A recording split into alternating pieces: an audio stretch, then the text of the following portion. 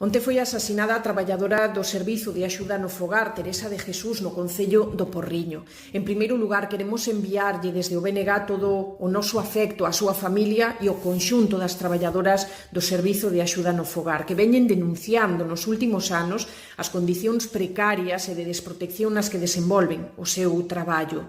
Para que nos fagamos unha idea, o seu centro de traballo son os domicilios particulares, os que acuden soas para garantir un servizo público, os cuidados e a atención ás persoas maiores e dependentes. Veñen denunciando nos últimos anos que sufren discriminación, que sufren situacións de acoso, mesmo sexual, e agresións por parte de persoas usuarias do servizo ou mesmo do seu entorno e da súa familia. Desde o BNG temos claro que non pode acontecer como se nada pasase, que o asasinato de Teresa de Jesús non pode desaparecer da noite para a mañá do debate público que ten que facernos reflexionar como sociedade.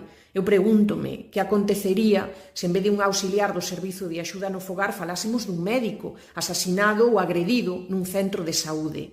Necesitamos garantir a protección e a seguridade laboral das auxiliares do Servizo de Axuda no Fogar. Por iso, desde o BNG, levamos anos defendendo a necesidade de elaborar protocolos de prevención e de intervención ante situacións de agresións físicas, verbais, agresións sexuais ou situacións de discriminación que se poidan dar nun servizo esencial que atende a máis de 23.000 persoas en Galiza.